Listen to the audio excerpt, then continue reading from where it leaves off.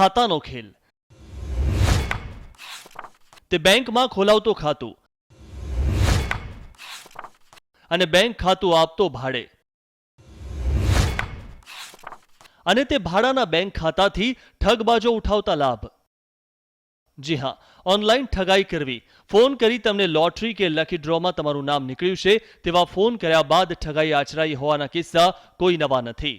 પરંતુ ભરૂચ પોલીસના હાથ લાગેલો આ એ વ્યક્તિ છે કે જેણે ઠગબાજોને આપ્યું હતું પોતાનું બેંક એકાઉન્ટ ભાડે.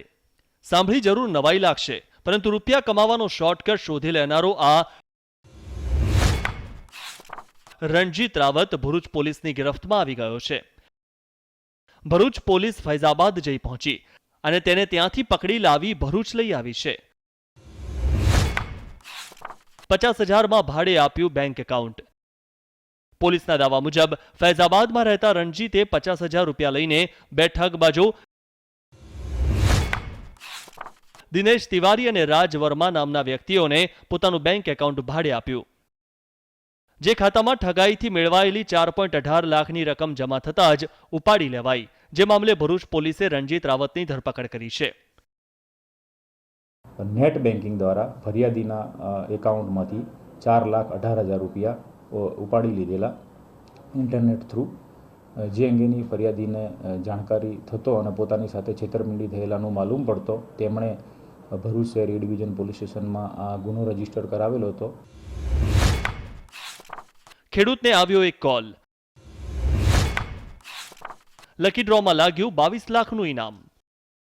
ભરૂચના શેરપુરા ગામના એક ખેડૂત સિરાજ ઇબ્રાહીમ પર એક ખાનગી બેંકની ઇન્સ્યોરન્સ પોલિસીના લકી ડ્રોમાં 22 લાખ રૂપિયાનું ઇનામ લાગ્યું હોવાની માહિતી આપતો એક ફોન કોલ ફેક બેંક મેનેજરના નામથી આવ્યો અને પોતાની પોલિસીની માહિતી સાચી માની સિરાજભાઈએ ઇનામની રકમ મેળવવા માટે પ્રોસિજર જાણવા રસ લીધો.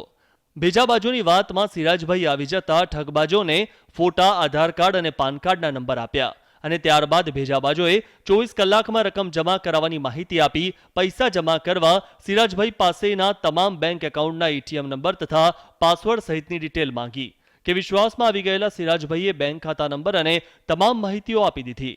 24 કલાક બાદ જ્યારે સિરાજભાઈએ બેંક ખાતામાં પૈસા જમા થયા છે કે નહીં તેની તપાસ કરી તો 22 લાખ જમા થવાના બદલે નેટ બેન્કિંગથી 4.18 લાખ ઉપાડી લીધા હોવાનું ખુલ્યું.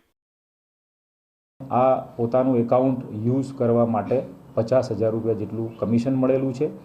આ ગુનામાં બે મુખ્ય માસ્ટરમાઇન્ડ આરોપીઓ છે.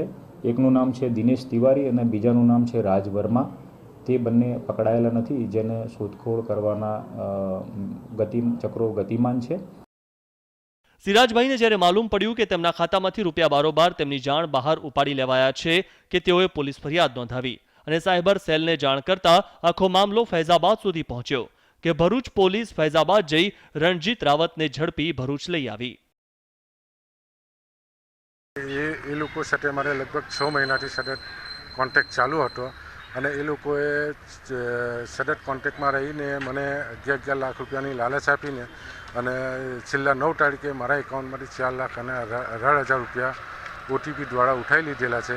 પણ મને પૂરી આશા છે કે પોલીસ મારી સાથે છે અને પોલીસ સતત એમના સંપર્કમાં છે અને મને મારા પૈસા મળી જશે. હાલ તો પોલીસે રણજીત રાવતની ધરપકડ કરી તેના રિમાન્ડ મેળવ્યા છે અને સમગ્ર મામલે મુખ્ય બે ભેજાબાજો દિનેશ તિવારી અને રાજ વર્માને પોલીસ શોધી રહી છે, જેના પકડાયા બાદ અનેક ઠગાઈના રાઝ ખુલે તેવી શક્યતા છે. જય વ્યાસ સાથે bureau report, ETV news, crime file, Bharuch.